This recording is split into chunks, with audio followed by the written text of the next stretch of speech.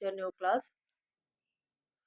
ഇന്നത്തെ ക്ലാസ്സിൽ നമ്മൾ ഡിസ്കസ് ചെയ്യാൻ പോകുന്ന ടോപ്പിക്കാണ് എലമെൻറ്റ്സ് ഓഫ് കോസ്റ്റ്. അതായത് ഈ കോസ്റ്റിൽ എത്രത്തോളം ഘടകങ്ങൾ അടങ്ങിയിട്ടുണ്ട്, ഏതൊക്കെയാണ് ആ കോസ്റ്റിൻ്റെ എലമെൻറ്റുകൾ. അത് ബ്രോഡായിട്ട് മൂന്നായിട്ടാണ് ഡിവൈഡ് ചെയ്തിരിക്കുന്നത്.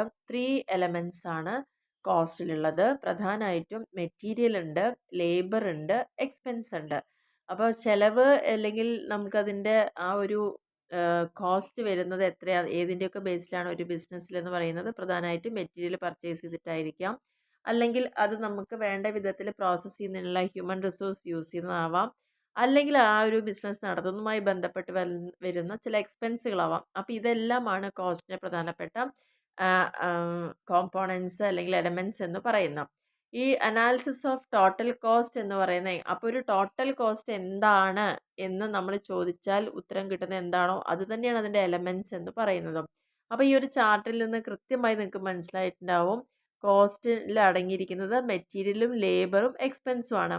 അങ്ങനെയാണെങ്കിൽ ഈ മെറ്റീരിയലിനെ തന്നെ നമുക്ക് എന്തായി ഡിവൈഡ് ചെയ്യാം? ഡയറക്റ്റ് മെറ്റീരിയലും ഉണ്ട്, ഇൻഡയറക്റ്റ് മെറ്റീരിയലും ഉണ്ട്. ലേബർ എന്ന് പറയുന്നത് ഡയറക്റ്റ് ലേബറും ഉണ്ട്, ഇൻഡയറക്റ്റ് ലേബറും ഉണ്ട്. എക്സ്പെൻസ് എന്ന് പറയുന്നത് ഡയറക്റ്റും ഇൻഡയറക്റ്റും ഉണ്ട്. ഇനി ഇവിടെ ശ്രദ്ധിക്കേണ്ട കാര്യം എന്ന് പറയുന്നത് ഈ ഇൻഡയറക്റ്റ് ആയിട്ടുള്ള മെറ്റീരിയലിന് വന്നിട്ടുള്ള ക്ലാസിഫിക്കേഷനാണ്. അതായത് എക്സ്പെൻസും അതേപോലെ തന്നെ മെറ്റീരിയലും, ഇത് രണ്ടും ഇൻഡയറക്റ്റ് ആയിട്ട് വരുമ്പോൾ വരുന്ന എന്തൊക്കെയാണ്? ഫാക്ടറിയുടെ ഓവർ ഹെഡ് വരുന്നുണ്ട്, അതേപോലെ ഓഫീസ് ഓവർ ഹെഡ് വരുന്നുണ്ട്, സെല്ലിംഗ് ഓവർ ഹെഡ് വരുന്നുണ്ട്, ഡിസ്ട്രിബ്യൂഷൻ ഓവർ ഹെഡ് വരുന്നുണ്ട്. അപ്പോൾ ശ്രദ്ധിക്കേണ്ട കാര്യം ടോട്ടലി നമ്മൾ മൂന്നായി ഡിവൈഡ് ചെയ്തു. മെറ്റീരിയലും ലേബറും എക്സ്പെൻസും, ഇതിനെല്ലാം നമുക്ക് ഡയറക്റ്റും ഇൻഡയറക്റ്റും ഉണ്ട്. അതിൽ മെറ്റീരിയലിൻ്റെ ഇൻഡയറക്റ്റും അതേപോലെ എക്സ്പെൻസിന് ഇൻഡയറക്റ്റും ചേരുമ്പോൾ വരുന്നതാണ് ഫാക്ടറിയിലത്തെ ഓവർ ഹെഡ്. ആദ്യം ഫാക്ടറിയിൽ വരും, പിന്നെ അതിൻ്റെ ഓഫീസിൽ, പിന്നെ അതിൻ്റെ സെല്ലിങ്, അതിൻ്റെ ഡിസ്ട്രിബ്യൂഷൻ. അപ്പോൾ ഇതിനെക്കുറിച്ച് ഡീറ്റെയിൽ ആയിട്ടാണ് നെക്സ്റ്റ് ടോപ്പിക്കിൽ പറയുന്നത്.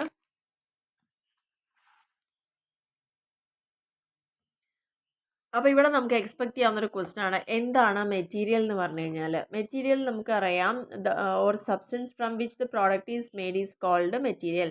ഒരു വസ്തു അല്ലെങ്കിൽ ഒരു സാധനം അല്ലെങ്കിൽ ഒരു പ്രൊഡക്റ്റ്, ഉൽപ്പന്നം ഉണ്ടാക്കിയെടുക്കാൻ വേണ്ടി ഉപയോഗിക്കുന്ന അതിൻ്റെ ആ സബ്സ്റ്റൻസിനെയാണ് എന്ത് പറയുന്നത്? മെറ്റീരിയൽ എന്ന് പറയുന്നത്. അതെങ്ങനെയൊക്കെയുള്ള മെറ്റീരിയലാണ് നമ്മൾ യൂസ് ചെയ്യുന്നുണ്ടാവുക? ഒന്നില്ലെങ്കിൽ റോ മെറ്റീരിയൽ ആയിരിക്കും, അല്ലെങ്കിൽ പ്രോസസ്സ് ചെയ്ത ഫോമിലായിരിക്കും വാങ്ങിക്കുക. അപ്പോൾ മെറ്റീരിയൽ രണ്ട് തരത്തിലുണ്ട്, ഡയറക്റ്റും ഇൻഡയറക്റ്റും. അപ്പോൾ എന്താണ് ഈ ഡയറക്റ്റ് മെറ്റീരിയൽ എന്ന് പറഞ്ഞു കഴിഞ്ഞാൽ? Direct materials are those materials which are conveniently be identified with an allocated to particular job, product or process. അപ്പോൾ ശ്രദ്ധിക്കേണ്ട കാര്യം, ഏതെങ്കിലും ഒരു പ്രത്യേക ജോബുമായി ബന്ധപ്പെട്ടതോ പ്രൊഡക്റ്റുമായി ബന്ധപ്പെട്ടതോ പ്രോസസ്സുമായി ബന്ധപ്പെട്ടിട്ടോ കൃത്യമായിട്ട് അതിലേക്ക് എന്ന് നമ്മൾ ഐഡൻറ്റിഫൈ ചെയ്ത് അവിടേക്ക് അലോക്കേറ്റ് ചെയ്യുക. നമ്മുടെ സൗകര്യം നോക്കിയിട്ട് അത് അലോക്കേറ്റ് ചെയ്യുക. അതായത് ഇന്ന ജോബ് ചെയ്യുമ്പോൾ ഇന്ന മെറ്റീരിയൽ വേണം, ഇന്ന പ്രൊഡക്റ്റ് ഉണ്ടാക്കണമെങ്കിൽ ഇങ്ങനത്തെ മെറ്റീരിയൽ വേണം, ഇന്ന പ്രോസസ്സ് ചെയ്യുമ്പോൾ ഇങ്ങനെയുള്ള മെറ്റീരിയൽ വേണം എന്ന് പറയുമ്പം അവിടെ നമ്മൾ എന്താ ചെയ്യുന്നത്? ആ ഒരു ജോബോ പ്രോസസ്സോ പ്രൊഡക്റ്റിനോ ഒക്കെ കൃത്യമായിട്ട് ഐഡൻറ്റിഫൈ ചെയ്യുന്നുണ്ട്. അപ്പോൾ അങ്ങനെ ഐഡൻറ്റിഫൈ ചെയ്തുകൊണ്ട് അലോക്കേറ്റ് നമുക്ക് ചെയ്യാൻ പറ്റുന്നുണ്ടെങ്കിൽ അതിനെയാണ് ഡയറക്റ്റ് മെറ്റീരിയൽ എന്ന് പറയുന്നത്. അല്ലെങ്കിൽ materials that become part of the finished goods are called direct material. ഒരു ഫിനിഷ്ഡ് ഗുഡ്സ് എന്ന് പറഞ്ഞാൽ എന്താ? നമ്മൾ എന്ത് ഗുഡ്സ് ആണോ ഉണ്ടാക്കാൻ ഉദ്ദേശിച്ച് ആ ഗുഡ്സിൻ്റെ പണികളെല്ലാം പൂർത്തിയായിട്ട് വിൽപ്പനയ്ക്ക് റെഡിയായി നിൽക്കുന്ന ആ ഒരു സ്റ്റേജാണ് ഫിനിഷ്ഡ് ഗുഡ്സ് എന്ന് പറയുന്നത്. അപ്പോൾ ഫിനിഷ്ഡ് ഗുഡ്സിൻ്റെ ഭാഗമായിട്ട് വരുന്ന മെറ്റീരിയൽസിനെയാണ് എന്ത് പറയുക? ഡയറക്റ്റ് മെറ്റീരിയൽ എന്ന് പറയുന്നത്. അപ്പോൾ ഇവിടെ എക്സാമ്പിൾ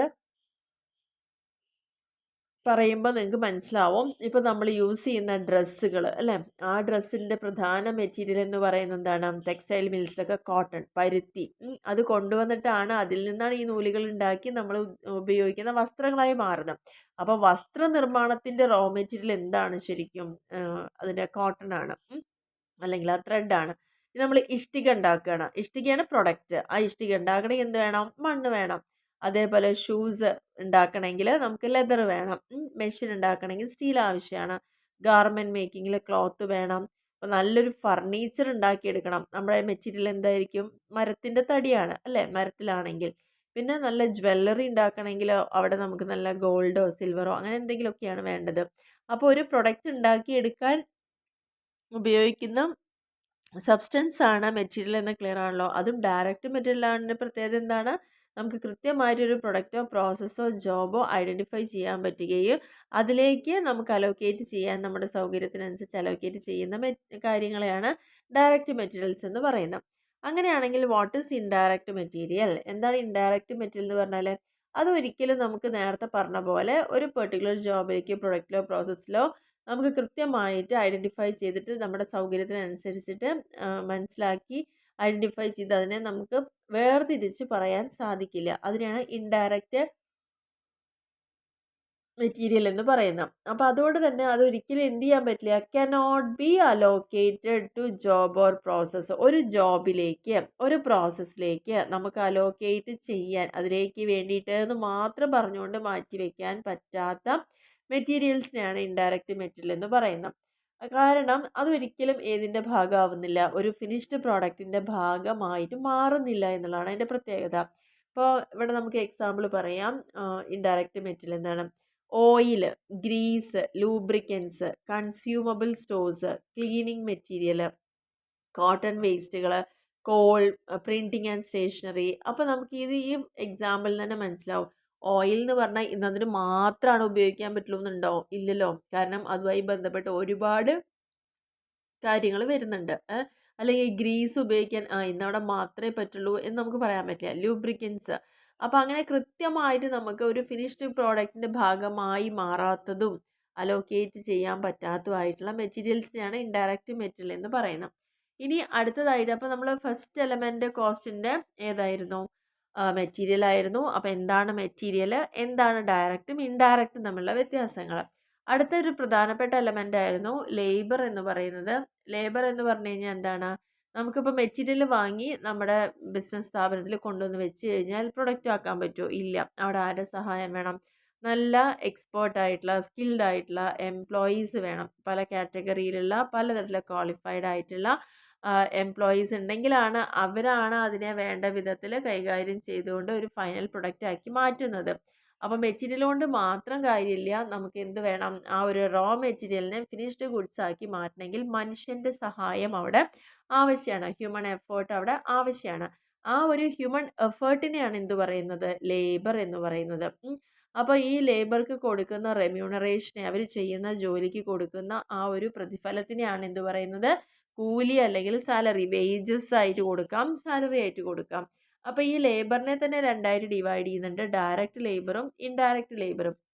അപ്പോൾ ഡയറക്റ്റ് എന്ന് പറഞ്ഞു കഴിഞ്ഞാൽ നിങ്ങൾ ഇനി മറക്കരുത്, എന്താണെന്ന് വെച്ച് കഴിഞ്ഞാൽ മെറ്റീരിയൽ പഠിക്കുമ്പോൾ നമ്മൾ പറഞ്ഞു ഒരു പെർട്ടിക്കുലർ പ്രോഡക്റ്റ്, അതേപോലെ തന്നെ ജോബ്, പ്രോസസ്സ്, ഇതിലേക്ക് നമുക്ക് ഐഡൻറ്റിഫൈ ചെയ്തിട്ട് കൺവീനിയൻ്റ് ആയിട്ട് അലോക്കേറ്റ് ചെയ്യാൻ പറ്റുന്നുണ്ടെങ്കിൽ അതെല്ലാം ഡയറക്റ്റിൻ്റെ ഭാഗമാണ്. ഓക്കെ, അതായത് ഇന്ന ജോലിക്ക് ഇന്നാൾ മാത്രമേ പറ്റുള്ളൂ, അങ്ങനെ നമ്മൾ ഐഡൻറ്റിഫൈ ചെയ്യണം അവിടെ പറയുന്നത്. അത് മാത്രമല്ല ഇത് എന്തിൻ്റെ ഭാഗമായിട്ടുമായിരുന്നു? ഡയറക്റ്റ് ലേബർ എപ്പോഴും പ്രൊഡക്ഷനുമായിട്ട് എൻഗേജ് ചെയ്യുന്നതിൻ്റെ ഭാഗമായിട്ട് വരണം. കാരണം ഇവിടെ നമ്മൾ കൃത്യമായിട്ട് അവിടെ ജോലി ചെയ്യുന്ന വർക്കേഴ്സിന് വേജ് കൊടുക്കുന്നുണ്ട്. ഡയറക്റ്റ് ആയിട്ട് തന്നെ അവരെ ഐഡൻറ്റിഫൈ ചെയ്ത് വേജ് കൊടുക്കുന്നുണ്ട്. അപ്പോൾ അവർ ചെയ്യുന്നത് എന്താണ്? റോ മെറ്റീരിയലിനെ ഫിനിഷ്ഡ് പ്രോഡക്റ്റ് ആക്കിയിട്ട് കൺവേർട്ട് ചെയ്യുന്നതിൻ്റെ ഭാഗമായിട്ട് അവർക്ക് നമ്മൾ നല്ലൊരു കൂലി അവിടെ കൊടുക്കുന്നുണ്ട്. ഇൻഡയറക്റ്റ് ലേബർ എന്ന് പറയുന്നത് ഇവിടെ ഒരിക്കലും നമുക്ക് ഡയറക്റ്റായിട്ട് എൻഗേജ് ചെയ്യാൻ പറ്റില്ല പ്രൊഡക്ഷനിൽ.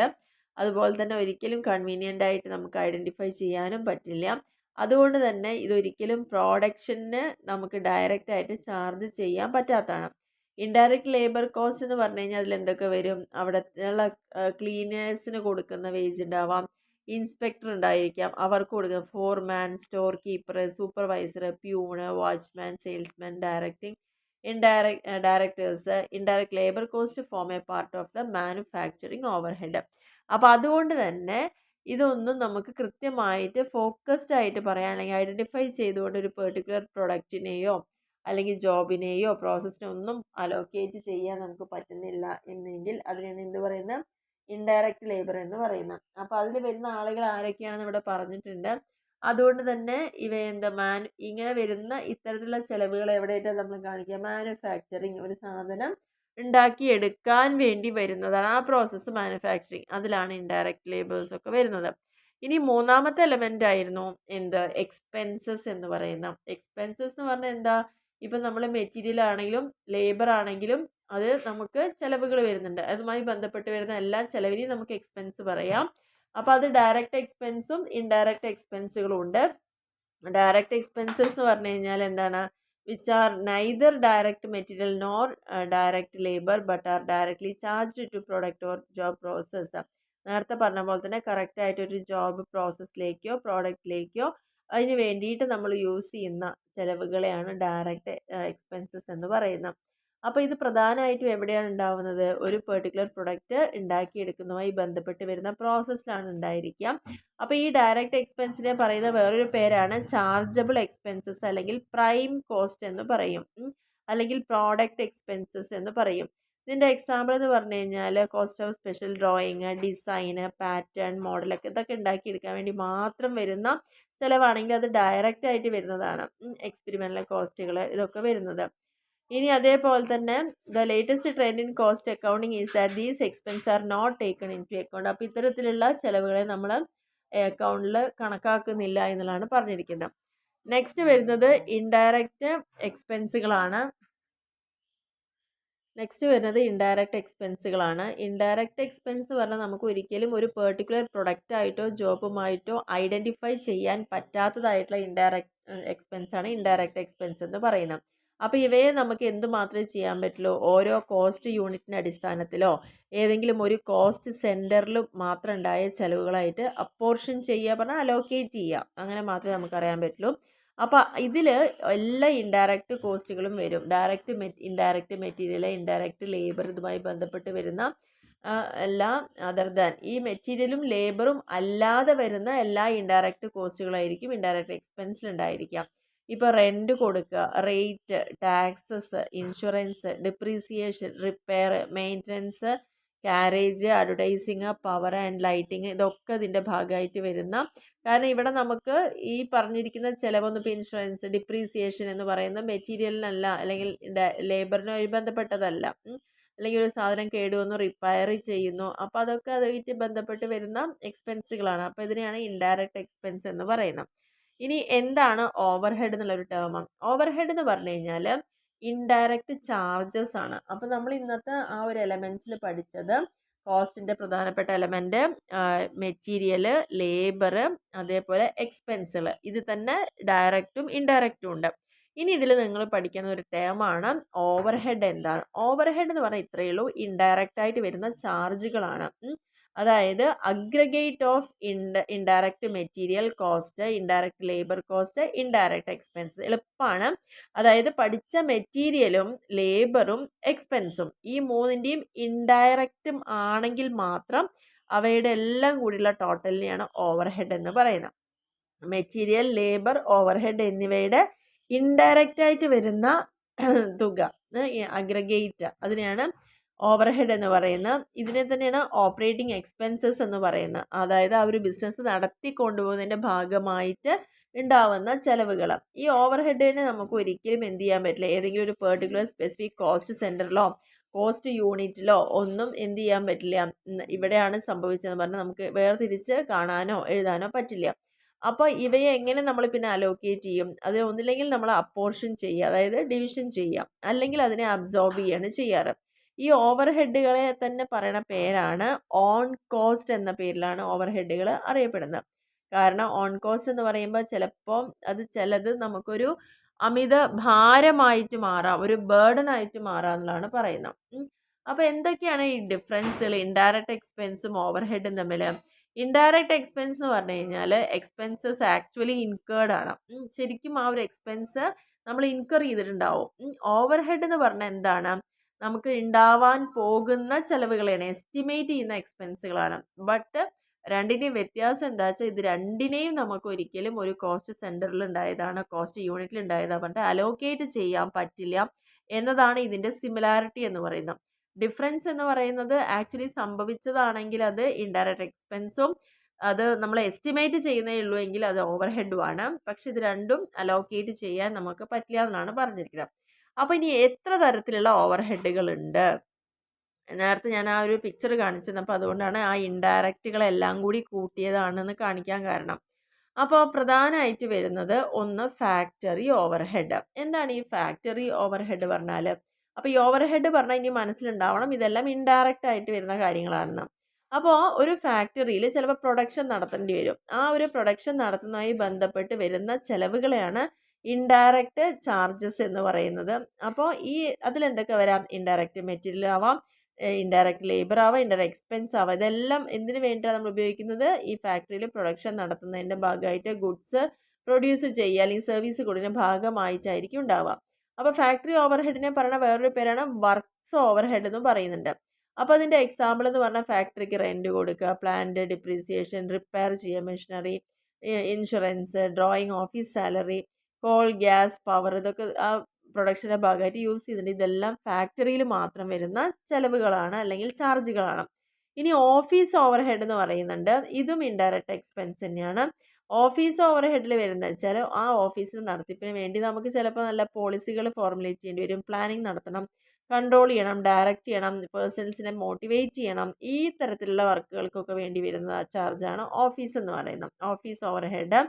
അപ്പോൾ cost incurred in connection with management administration of an enterprise. ഒരു എൻ്റർപ്രൈസ്, ഒരു സ്ഥാപനം നല്ല രീതിയിൽ മാനേജ് ചെയ്യുകയോ അല്ലെങ്കിൽ ഭരിക്കുകയോ ചെയ്യുന്നതിൻ്റെ ഭാഗമായിട്ട് വരുന്ന ചെലവുകളെയാണ് എന്ത് പറയുക? ഓഫീസ് ഓവർ ഹെഡ് എന്ന് പറയുന്നത്.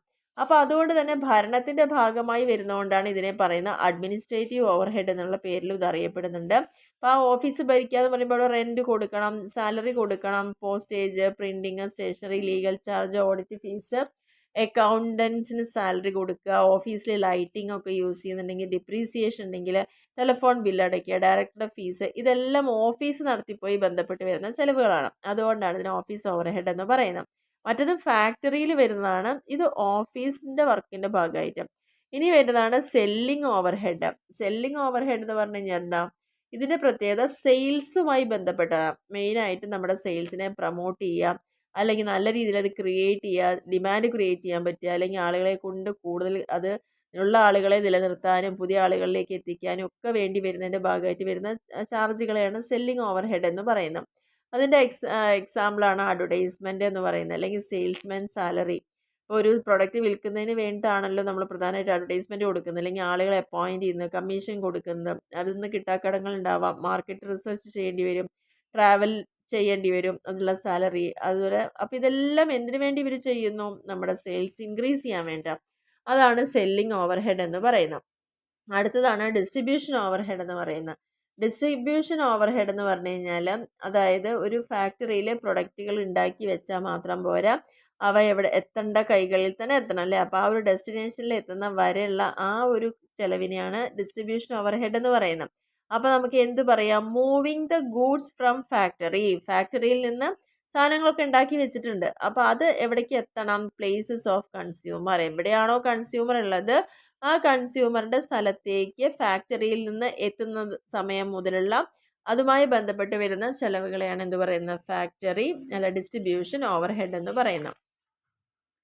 അപ്പോൾ ആ ഡിസ്ട്രിബ്യൂഷൻ ഓവർ ഹെഡിൻ്റെ ഭാഗമായിട്ട് ഇപ്പോൾ നമ്മൾ പറഞ്ഞു ഒരു സ്ഥലത്ത് ഒരു സാധനങ്ങൾ ഉണ്ടാക്കി വെച്ചിട്ടുണ്ട്, അത് നമ്മൾ കൺസ്യൂമറുടെ കയ്യിൽ എത്തണമെങ്കിൽ ആദ്യം എന്താ? ഉണ്ടാക്കിയ സ്ഥലത്ത് നിന്ന് ചിലപ്പോൾ ഗോഡൗണിലായിരിക്കും ഇത് സ്റ്റോർ ചെയ്തിട്ടുണ്ടാവുക, അതിന് റെൻറ്റ് കൊടുക്കണം. ചിലപ്പോൾ അത് ഗോഡൗൺ നോക്കാൻ വേണ്ടി നമ്മൾ സ്റ്റാഫുകളെ അപ്പോയിൻ്റ് ഉണ്ടാവാം, അവിടെ പാക്കിങ് നടത്തുന്നുണ്ടാവാം, അല്ലെങ്കിൽ അത് വാനിൽ ഡെലിവറി ചെയ്യുന്നുണ്ടാവാം. അപ്പോൾ അതുമായി ബന്ധപ്പെട്ട് അല്ലെങ്കിൽ ആ ഇൻഷുറൻസ് ഉണ്ടാവും, ആ സ്റ്റോക്കിന് മൊത്തം ഇൻഷുറൻസ് എടുത്തിട്ടുണ്ടായിരിക്കാം. അപ്പോൾ ഇതൊക്കെ ആയിട്ട് ബന്ധപ്പെട്ട് വരുന്ന ചിലവുകളാണ് എന്ത് പറയുന്നത്? ഏത് പേരിൽ അറിയപ്പെടുന്നത്? പ്രധാനമായിട്ടും നമ്മൾ ഡിസ്ട്രിബ്യൂഷൻ ഓവർ ഹെഡ് എന്ന പേരിൽ അറിയപ്പെടുന്നു. അപ്പോൾ ഇന്നത്തെ ക്ലാസ്സിൽ ഇത്ര ടോപ്പിക്കുകളേ ഉള്ളൂ.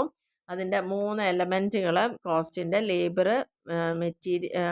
ലേബറും മെറ്റീരിയലും അതേപോലെ തന്നെ എക്സ്പെൻസും, അതിൻ്റെ ഡയറക്റ്റും ഇൻഡയറക്റ്റും. പിന്നെ നമുക്ക് വരുന്നതാണ് ഒരു ടേം, എന്താണ് ഓവർ ഹെഡ്. ഓവർ ഹെഡിൻ്റെ പ്രധാനപ്പെട്ട 4 ക്ലാസിഫിക്കേഷൻ: ഫാക്ടറി ഓവർ ഹെഡ്, അതേപോലെ office over head, selling over head, distribution over head. അപ്പോൾ ഇത്രയാണ് ഇന്നത്തെ ഒരു ക്ലാസ്സിലുള്ളത്. അപ്പോൾ ഈ ഒരു ക്ലാസ് എല്ലാവർക്കും ക്ലിയർ ആയി എന്ന് വിചാരിക്കുന്നു. അപ്പോൾ നിങ്ങൾക്ക് ഒരു വീഡിയോ ഇഷ്ടപ്പെടുകയാണെങ്കിൽ അല്ലെങ്കിൽ ഉപകാരപ്പെടുമെന്ന് തോന്നുകയാണെങ്കിൽ തീർച്ചയായിട്ടും ഒന്ന് നിങ്ങളുടെ ഫ്രണ്ട്സിലേക്കൊക്കെ ഒന്ന് ഷെയർ ചെയ്ത് കൊടുക്കുക. ചാനൽ സബ്സ്ക്രൈബ് ചെയ്യാതെ കാണുന്ന ആളുകളുടെയും തീർച്ചയായിട്ടും ഒന്ന് സബ്സ്ക്രൈബ് ചെയ്യുക. അതേപോലെ ക്ലാസ് ഇഷ്ടപ്പെട്ടാൽ ഒന്ന് ലൈക്ക് ചെയ്യാനും കമൻറ്റ് ചെയ്യാനും സബ്സ്ക്രൈബ് ചെയ്യാനും ഷെയർ ചെയ്യാനും ഒന്നും മറക്കരുത്. Okay, thank